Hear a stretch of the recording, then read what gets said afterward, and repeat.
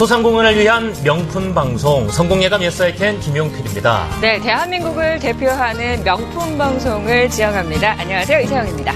자, 언젠가부터인가 말이죠. 우리 네. 생활 속에서 이 명품이라는 말이 네. 상당히 흔하게 쓰이게 됐어요. 네, 그렇습니다. 특히 해외 명품 브랜드에 대한 제품 선호도 정말 높은 편이죠.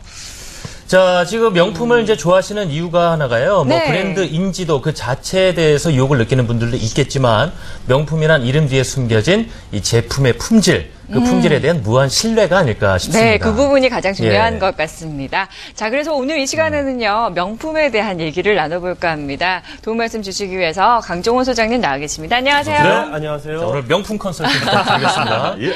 네. 자, 어제 이 업종별 맞춤 컨설팅 줌인에서 곰보 배추 소개를 해드렸는데 네. 이 방송이 나간 직후에 문의 전화가 엄청 많이 와, 왔다고 그래요. 그래서 네. 이번 기회에 우리 농장 대표님께도 도움을 드릴 수가 있어서 저희도 참 뿌듯합니다. 네. 자, 오늘 만나실 분도요, 아주 좋은 기회가 됐으면 좋겠고요. 소개를 해드릴까요? 이 해외 명품에 도전하는 우리 소상공인의 특별한 손길을 지금부터 만나보겠습니다. 네.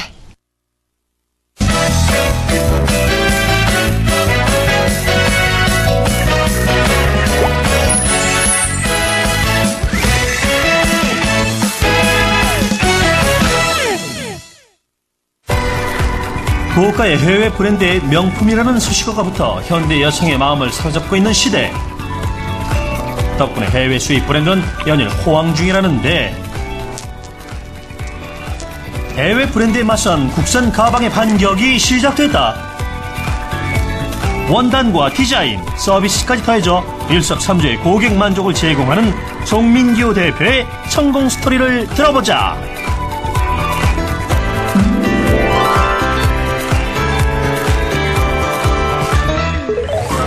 인천시 구월동에서 수제 가방 전문점을 운영 중이라는 오늘의 주인공 바로 부지런히 뛰어갔습니다. 공개해 주실 송민규 대표. 안녕하세요. 네, 안녕하세요. 국내 수제 가방의 넘버원 브랜드 송민규 대표입니다. 넘버원 지금부터 브랜드. 제 성공 노하우를 알려드리겠습니다. 네, 기대하겠습니다. 비결 첫 번째, 메이드 인 코리아 원단과 디자인. 네, 원단 중요하죠. 성별 불문, 나이 불문, 직업에 따라 사용할 수 있는 다양한 가방이 준비되어 있다는데 자, 직접 어떤 만드신 가방일까요? 거라는 거죠? 네. 이 가방 같은 경우가 이제 브리프 케이스라고 하는데요. 네. 네. 그 정장도 괜찮고 캐주얼도 괜찮고 남자 여자분도 상관이 없으신 건데 손잡이 자체가 가공된 통가죽이어서 무거운 걸 들으셔도 잘 늘어나지가 않고요. 네. 앞뒤가 구분이 없어요. 아, 들기 가격이 편하겠군요. 돼서 가방을 만든 게 아니라 손으로 다 이렇게 주물러서 가방을 만든 거라 오래 쓰셔도 거의 변형이 없고요. 네. 한 10년 정도는 끄떡없이 오. 쓰실 수 있는 수제품이에요. 저런 게 진짜 명품인데요. 네. 알고 보면 이미 디자인 특허까지 마친 귀하신 가방들도 눈에 띄고 자, 이처럼 디자인 특허 철저한 저 부분이 메이드 인 중요합니다. 코리아 제작 시스템이 이곳의 소문난 강점이라고. 내친김에 제작 시스템도 알려주세요. 네? 한 사람이서 디자인을 하고요. 네. 한 사람이서 제조를 해요. 어. 그래서 가방 보시면 저쪽에 이제 샘플을 먼저 만들어서 그 고객님들한테 한 달이나 한 3주 정도 반응을 본 다음에 그 의견을 수렴을 해요. 오. 그래서 한 80% 정도의 그 반응이 좋으면 거기에 의견을 수렴한 다음에 저희가 샘플을 다시 한번 만들고 그 다음에 20개나 30개 정도를 만든 다음에 양산을 해내가는 좀 약간 특이한 시스템이에요. 고객의 길을 패션업계에서 먼저 일했던 보고 경험을 만들어냅니다. 10분 발휘해 11년 전부터 가방을 제작해 왔다는데 고가의 브랜드와 비교해 절대 뒤처지지 않는 품질은 기본이요, 저렴한 가격은 덤이란다. 명품 가방은 일단은 가격이 비싸잖아요. 그렇죠. 그리고 저희 가방 자체는 가격이 좀 저렴한 편이고요. 일단 중간 마진이 없기 때문에 소비자랑 바로 공장이랑 직거래를 합니다. 근데 명품 가방은 주로 획일적이고 원단 자체가 되게 딱딱하기 때문에 가방이 무거워요. 근데 저희 가방 자체는 다 종이처럼 가벼운 게 특징이고요. 그렇다고 가볍다고 해서 품질이 떨어지는 게 아니라 굉장히 질기고요. 원단에 좀 스크래치가 잘 안 나는 특징이 있어요. 왜 그럴까요? 왜 그러냐면 일반 그 시장에서 원단 시장에서 원단을 사오는 게 아니라 저희가 직접 원단을 개발하기 때문에 또 개발하는 원단을 저희가 또 수출을 하고 있어요. 오호. 덕분에 네. 남녀노소 다양한 사람들이 그의 가방을 찾고 있다는데 이곳은 고급스러운 이곳의 원단이 가방들 특징입니다. 가격은 어느 정도인가요? 근데 가격은 얼마일지 평균 궁금해요. 가격대가요. 한 5만 원에서 여자 가방은 10만 원대 정도 와, 사이인데요. 굉장히 보통 저렴한 요즘에 거거든요. 동대문 가시면 M 쇼핑센터나 아니면 S 쇼핑센터 가시면 보통 여자 가방들이 한 7만 원, 8만 원 정도에 팔아요. 근데 그게 중국산인지 베트남산인지 국산인지 알 길이 없어요, 일반인들은. 근데 저희 가방 가격대가 5만 원에서 10만 원대인데 거의 웬만한 브랜드보다 더 낫다라고 제가 자부를 하고요. 가격에 거품을 거품을 빼셨습니다. 확 뺀 가격이지만 고급 원단을 사용하는 것은 이곳의 철칙. 이 원단 또한 시크릿 성공 노하우 중 하나라는데 이거 같은 경우에도 인조 가죽이에요. 소가죽이 아니에요. 근데 보시면 거의 소가죽 같죠? 아, 이게 진짜 인조가죽이에요? 네, 믿을 수가 없을 정도로 딱 보시면 소가죽 같아요. 근데 보통 원단 자체가 이렇게 인조가죽 이렇게 두껍게 안 나와요. 이게 두껍고 이런 것도 소가죽보다도 훨씬 더라고 얘기하면 그렇지만은 거의 못지않게 오래 쓰실 수 있는 원단이고요. 자, 원단에 대한 노하우도 원단과 갖고 디자인을 활용한 계시고요. 토종 브랜드의 선전은 품질과 가격 만족도로 이어졌다는 사실. 손님이 상당히 많네요. 이쯤에 송민규 대표 좋은 가방 고르기 노하우를 전수해 주시겠다고. 좀 알려주시죠. 일단은 가방을 이렇게 당겨 보세요.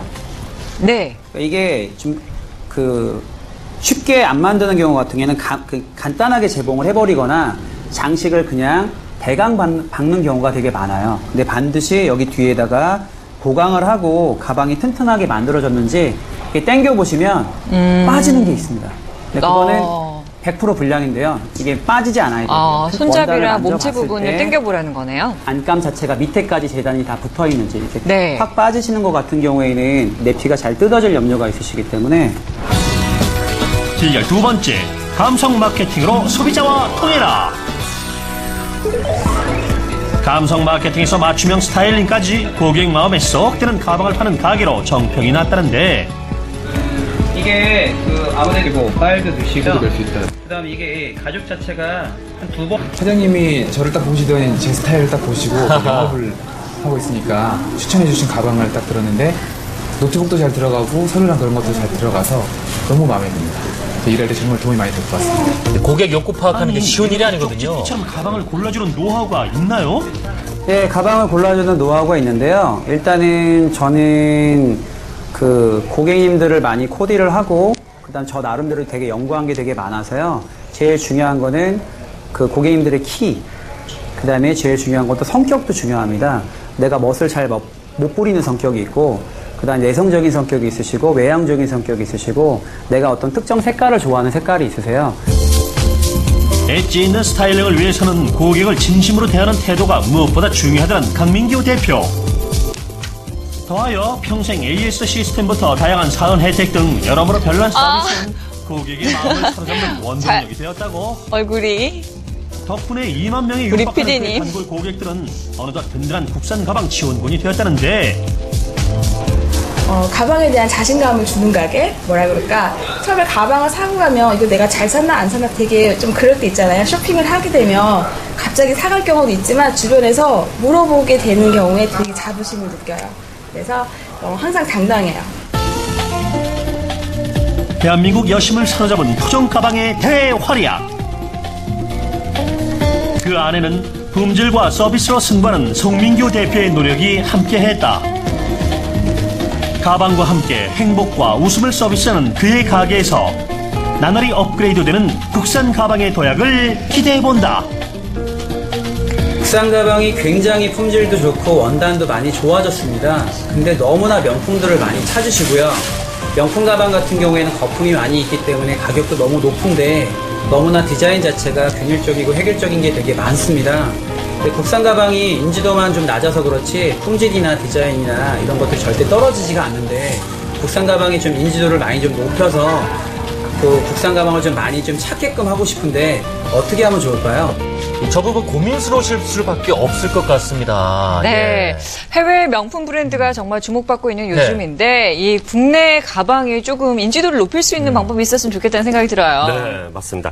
뭐 어차피 명품 하면 인지도 싸움이 어떻게 보면은 그래서 지금 뭐 기업체에서도 브랜드 인지도를 높이기 위해서 많은 마케팅 활동을 하는데 한번 들어보셨을 거예요. 뭐 스포츠 마케팅, 뭐 공익사업 마케팅, 뭐 스타 마케팅, 뭐 소비자 참여 마케팅 등등 굉장히 많은 마케팅이 있어요. 근데 뭐 스포츠 마케팅이라 그러면은 쉽게 얘기해서 어떤 경기장이나 이런 데에서 뒤에 보시면 광고판이 있죠. 뭐 당구 대회다, 농구 대회다. 그런 광고 메시지를 통해 가지고 고객들한테 브랜드 인지도를 알려주는 방법이 있어요. 근데 그 부분은 재정적인 비용이 많이 들어가기 때문에 그렇죠. 대기업 외에는 좀 손대기 좀 어려운 부분이 있어요. 예. 그래서 지금 대표님 같은 경우는 공익사업 쪽으로 한번 권해주고 싶어요. 어떤 식으로요? 공익사업 그러면은 예전에 한번 문구 한번 들어보셨을 거예요. 자연을 푸르게. 네. 네. 그러니까 자연을 살린다는 의미를 담아서 예. 기업이 활동을 하면서 이제 브랜드 인지도를 높인 거고, 그다음에 뭐 도서상관 벽지에 있는 초등학교에 책걸상을 바꿔주자. 뭐 이제 파이 회사에서 한번 그 행사를 하면서 브랜드 인지도를 굉장히 높여준 적이 있어요. 예. 네. 그러니까 브랜드 인지도라는 거는 자연스럽게 내가 공익적으로 좋은 활동을 하면서 소비자들한테 자연스럽게 접근하면서 나가야 된다는 거예요. 그렇게 시간을 두다 보면은 차츰차츰 브랜드 인지도가 굉장히 좋아질 겁니다. 말씀 그대로 시간을 또 충분히 가져가야 그렇죠. 되는 마케팅 방식을 그렇죠. 좀 넣어야 되겠네요. 네. 역시 가방 하면요. 특히나 명품 가방 하면은 뭐 이름만 되면 다 아는 몇몇 네. 브랜드에서 사실 점유율이 상당히 높거든요. 그럼요. 네. 자, 이런 상황에서 국산 이 토종 브랜드가 과연 어느 정도의 시장성을 갖고 전망을 좀 좋게 볼 수 있느냐 하는 부분을 좀 여쭤봐야 될 것 같아요. 지금 해외에서도 네. 한국 시장에 이제 한국 명품 시장을 볼 때 굉장히 뜨거운 시장이라고 표현하고 있어요. 예. 그러니까 실제 해외에 있는 명품 자체가 우리나라에 와가지고 가격이 올라가도 예. 그만큼이 또 판매가 되고 있는 거예요. 그 희한한 어떤 그러니까 심리죠. 사람들 예. 자체가 이거 명품이다 그러면 무조건 가격을 불문하고서 계속 구매를 하고 있거든요. 기본 뭐 2, 300 돼야 좋은 가방이다. 이렇게 그렇죠, 인식이 그렇죠. 돼서 그런지. 예. 근데 지금 뭐 꼭 그렇다고 뭐 대표님처럼 네. 지금 기업체에서 해외 명품 브랜드를 가지고서 연구 분석을 해서 국내 브랜드로 재탄생하는 기업도 몇 군데가 생겼습니다. 그러면서 역으로 저희가 만든 제품을 매 해외로 수출을 하고 있어요. 근데 실질적으로 기술면이나 여러 가지 디자인 부분에서 봤을 때에는 어디 뭐 유명한 해외 명품 브랜드 그 수준에 저희가 한 90% 정도 육박했다 보시면 될 거예요. 이제 뭐 따라잡을 나이는 얼마나 안 남았겠죠? 근데 실질적으로 그거는 뭐 브랜드 인지도만 올라간다 그러면은 예. 차분히 그건 잡을 수 있다고 생각합니다.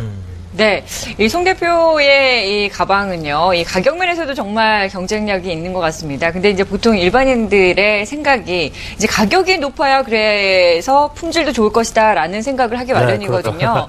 이 부분에 대한 거 좀 해결을 해야 될 것 같은데요. 예전에 뭐 해외에서 톱 모델이 네. 국내산 저가 가방을 메고서 한번 돌아다닌 적이 있었어요. 그게 또 파파라치들한테 찍혀가지고 네. 네. 야 이거 무슨 가방인데 처음 보는 가방이다 해가지고 한번 이슈가 된 적이 있는데 그 모델이 한 말이 자 내가 어떤 명품 브랜드보다도 네. 한국의 저가 가방이 나한테 맞고 편리하다. 그런 얘기를 해가지고 굉장히 화제가 된 적이 있었어요. 예. 근데 실질적으로 뭐 저가 뭐 제품 하면은 소비자들이 생각하는 게 야 이거는 뭔가 하자가 있는 제품이거나 기능성으로 떨어지지 않나. 꼭 그런 생각을 좀 많이 하세요. 네. 근데 꼭 그렇지는 않습니다. 아까 뭐 대표님께서 얘기했듯이 브랜드 가치 때문에 거품이 좀 많이 올라가 있는 상태예요. 근데 그 거품을 제거를 하면 솔직히 가방값은 떨어질 수 있다는 거죠. 근데 소비자들이 그 부분에 대해서 정확히 인지를 못하기 때문에 대표님이 판매를 하면서 그 부분들을 고객들한테 충분히 어필해 주시는 게 가장 좋습니다. 네, 사실 뭐 브랜드 네임이죠. 그렇죠. 그죠, 가격이요. 그 부분을 뭐 차근히 어필해 준다 그러면은 예. 고객들도 믿고 사서 한번 사용해 보신 분들은 AS까지 해주시니까 주변 사람들한테 다시 또 역으로 또 소문을 낼 수가 있어요. 예. 자, 이 정도 값어치로 좀 더 효율적인, 좀 더 디자인이 좋은 가방을 쓸 수 있다. 그렇게 된다 그러면은 충분히 생산이 있을 겁니다. 예. 이 대대적인 홍보 비용을 쓰기가 아무래도 부담스러우니까요. 말씀 듣다 보니까 이게 스타들 예. 또 노출시키는 게 그렇죠. 브랜드 이미지를 한 번에 올릴 수 있는 그런 그렇죠. 방법이 되겠다 생각이 들고요. 일단 이 송민규 대표님 보니까 재산 목록 1호가요. 이 서비스 노트라고 네. 아까 화면에서 보셨지만 네. 10년 고객, 20년 네. 고객을 생각하고 다가가기 때문에 그만큼 제품에 대한 자부심이 있으신 거거든요. 네. 자, 현재 이런 고객들에 대한 여러 서비스 외에도 또 어떤 네. 부분을 좀 보강하면 좋겠습니까? 지금 뭐 저 대표님께서 예. 뭐 고객들 찾아오는 고객들한테 뭐 쿠폰도 나눠주고 여러 가지 하신다고 들었거든요. 예. 근데 실질적으로 내가 만든 제품을 일단 고객들한테 보여주고 판매를 하기 때문에 고객이 참여할 수 있는 공간이 좀 없어요. 어차피 수제 가방이라 그러면은 내가 원하는 용도, 색상을 고객들이 직접 참여를 해서 예. 자 이런 식으로 제작을 해주십시오. 저는 가방을 어떤 용도로 좀 사용하고 싶습니다. 네. 거기에 맞게 좀 제작할 수 있는 고객 참여 시스템이 있었으면 어떨까? 아까 뭐 신제품을 내놓을 때도 고객의 네. 기호를 들어보고 바로 네. 이제 또 상용을 그렇죠, 한다고 하니까 그렇죠. 예. 충분히 그 니즈가 반영이 되는 것 같아요. 네. 예. 그 다음에, 뭐 선물을 좀, 뭐 쿠폰이나 이런 선물을 주더라도 좀 특별한 선물을 좀 권하고 싶어요. 그러니까 뭐 특별하다고 해서 뭐 어떤 고가나 이런 게 아니라 가방을 구매하는 고객분들한테 그 가방에 맞는 액세서리나 아니면은 뭐 가방을 보관하는 방법들 이런 식으로 뭐 리플렛을 나눠준다든가 해서 좀 가방을 좀 더 이제는 효율적으로 쓸 수 있게 그런 방법을 좀 또 뭐 나눠주면 전체적인 어떨까? 코디도 해주신다고 하니까 접목을 잘 시킬 수 있겠네요. 예, 그렇죠. 그렇다고 네. 하면 받는 고객들도 아 나만의 특별한 가방에 또 거기에 맞는 또 액세서리까지 부착이 되니까 그만큼 또 고객 감동이 되겠죠. 네. 우리 AD가 촬영하러 가면서 이 가방을 매보고 또 맞는 가방을 또 구했는지 모르겠는데 어떤가요? 그랬더니 너무 좋다고 또 그러더라고요.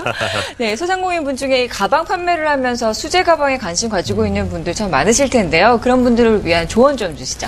수제 가방 하면은 일단은 뭐 재료에 대한 수급부터 전문 디자이너, 제작자 여러분이 또 필요해요. 그러다 보니까 또 생각지도 않은 비용들이 너무 많이 들어갈 수 있으니까 뭐 수제 가방을 제작하는 전문 업소를 내가 생각하기보다는 가방을 수선해주거나 리폼할 수 있는 그런 부분으로 좀 전향했으면 좋겠어요. 왜냐하면은 지금 뭐 예전에는 신제품들에 대한 욕구 때문에 새로운 제품들을 많이 구매를 했었는데 지금은 좀 오래 묵은 제품들을 많이 선호하는 타입이에요. 뭐 옷도 내가 좀 오래 묵을수록 좀 더 가치를 발휘한다. 뭐 이런 식이고. 그래서 그렇게 한 단계 이렇게 접근한다 그러면 또 새로운 분야에 또 창업이 되지 않을까 이렇게 보고 있습니다. 알겠습니다. 자, 우리나라 탑스타들도요, 좀 해외 브랜드보다는 이렇게 우리나라 거의 토종 브랜드 가방 좀 많이 들어주시면 좋겠습니다. 자, 보다 보니까 이 명품이요, 단순히 이름값만 하는 것은 아니다라는 여러 가지 느낌을 받게 됐습니다. 예. 네, 맞습니다. 이 소상공인 여러분의 땀과 노력이 우리 국산 브랜드만의 경쟁력을 만들어가는 게 아닐까 하는 생각이 듭니다. 지금까지 업종별 맞춤 컨설팅 주민 함께했습니다.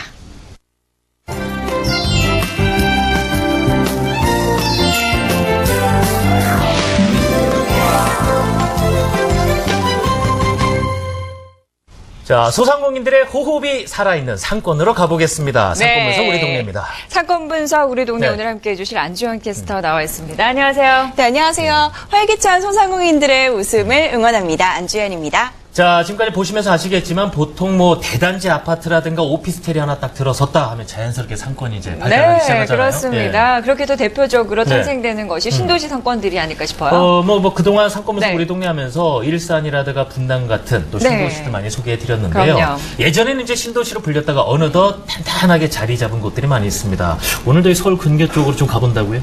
예. 네, 오늘은 잠시 서울 상권에서 벗어나서 수도권 지역 경기도로 가볼 텐데요. 부천 중동 상권입니다. 네, 부천역을 중심으로 가지고 있는 부천역 상권, 그리고 상동 상권을 가지고 있는 송내역 사이에 위치한 중동역을 시작으로 발달한 곳인데요. 중동은 분당과 비슷한 시기에 개발된 일기 신도시입니다. 지금은 신도시에서 벗어나 완전히 자리 잡은 것으로 보입니다. 네, 90년대 초반에 개발된 중동 신도시에 이어서 상동 신도시가 또 서울 외곽순환도로 중동 나들목 근처에 조성되면서 부천 지역 상권이 상동, 중동을 중심으로 형성됐는데요. 부천시청이 괴남대로변으로 옮겨온 점도 발달에 영향을 줬습니다.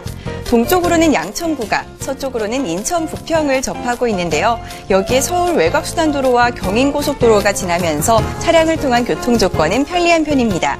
처음에 개발될 때 신도시로 시작을 했기 때문에 배후의 주거지를 가지고 있어서 소비층이 두터운 것도 특징이라고 볼 수 있습니다. 네, 아무래도 신도시라 아파트 단지가 네. 많이 들어서 있습니다. 그러다 보면 편의시설도 꽤 많이 들어가 있을 것 같습니다. 네, 부천시청을 중심으로 백화점이 2개나 있고요. 네. 또 대형마트, 대학병원과 같은 편의시설이 자리 잡고 있습니다. 네, 이런 큰 건물들 외에도 골목골목마다 먹자골목도 조성돼 있고 자동차 판매점, 이동통신업체 같은 다양한 업종들이 있습니다. 사방으로 수많은 아파트 단지들이 형성돼 있어서 초중고등학교도 많이 위치해 있고 서울과의 편리한 연계성으로 직장인들을 바탕으로 한 오피스텔들도 있는데요. 그만큼 유동인구도 많고 소비층도 다양합니다. 부천 지역 내에서 부천역 주변과 함께 가장 발달한 곳이 중동 상동 상권이라고 볼 수 있는데요.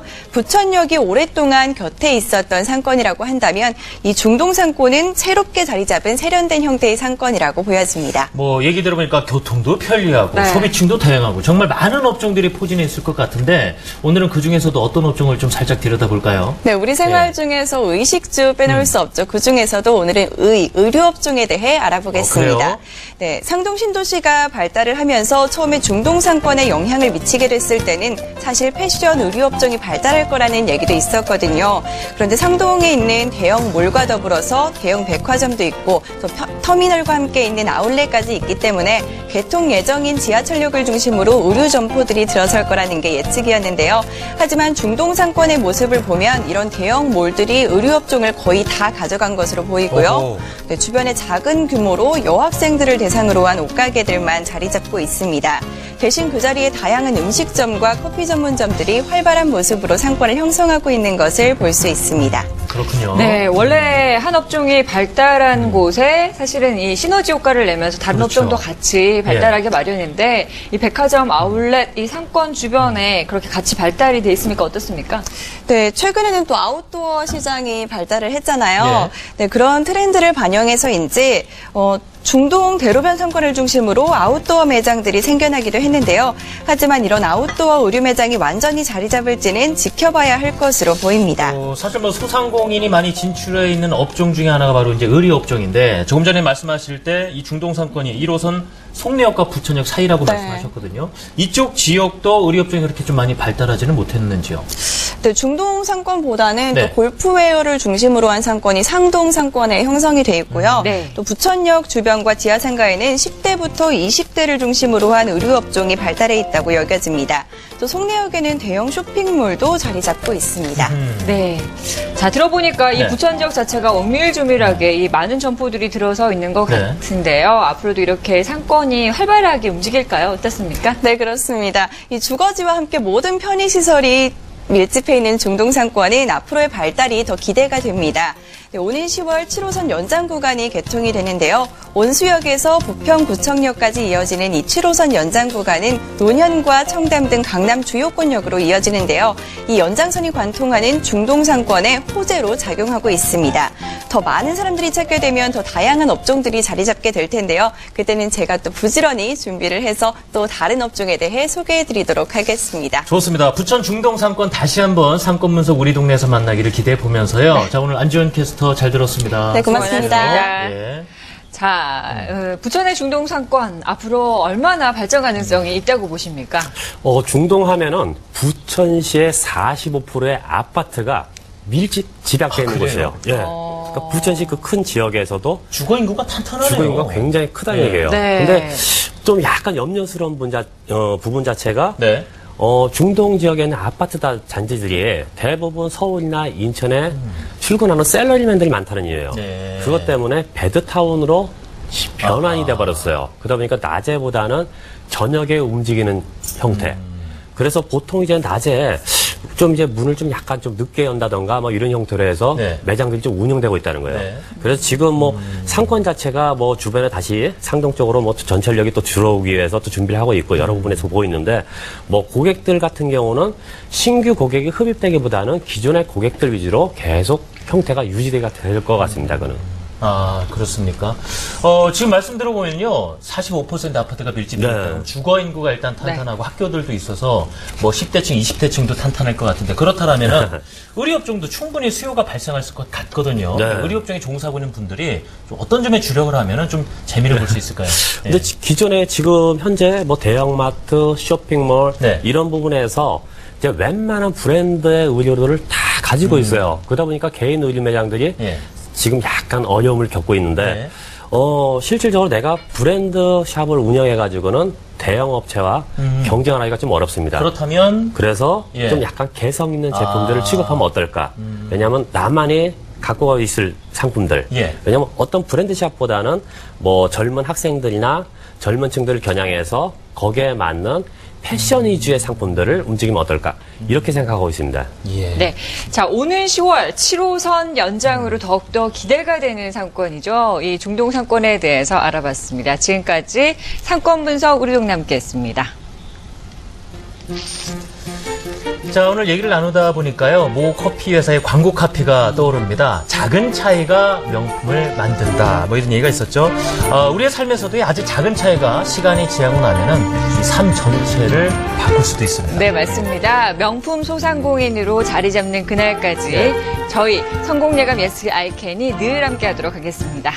자, 성공예감 예스 아이캔 뭐 컨설팅 받으시면서 참 도움을 받는 분들이 많다고 하니까 기분이 좋은데요. 네. 언제든지 연락 주십시오. 2627-5012 오영뉴스 한번 2대의 전화 열어놓고 여러분을 기다리겠습니다. 자, 여러분의 명품 방송 역시 성공예감 예스 아이캔 아이캔입니다. 오늘도 성공하십시오.